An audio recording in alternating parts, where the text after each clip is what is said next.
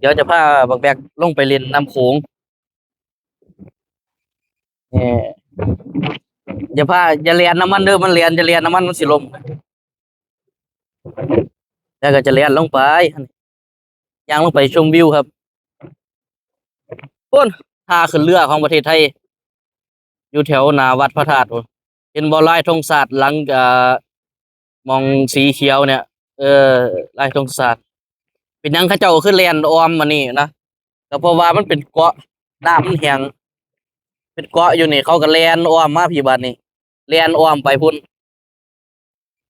อ้อมมานี่ก็โค้งไปพุ่นมองท่าเรือของประเทศลาวอยู่พุ่นไกลๆพุ่นอื่นโอ้ยลมโคตรเย็นอะตอนนี้เรือแล่นสวนกันประมาณ10 กว่าลำบะ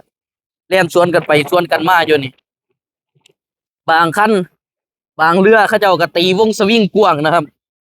แล่นตีวงสวิงพี่เกาะมันอยู่พุ่นพลังคำลำแล่นมาฮอดพี่ตีวงสวิงมันหลายโพดเอออันนี้เบิ่งไส้มาน้ำด้วยนี่ตอนที่น้ำมันขึ้นเบิ่ง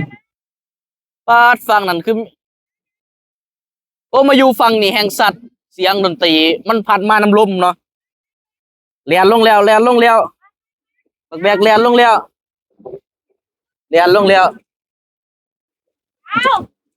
ไปแล้วครับพี่ไข่ดาวสิโตน้ำโขงแล้วครับผมไปแล้วครับมานี่คนอัวซิพายครับตอนนี้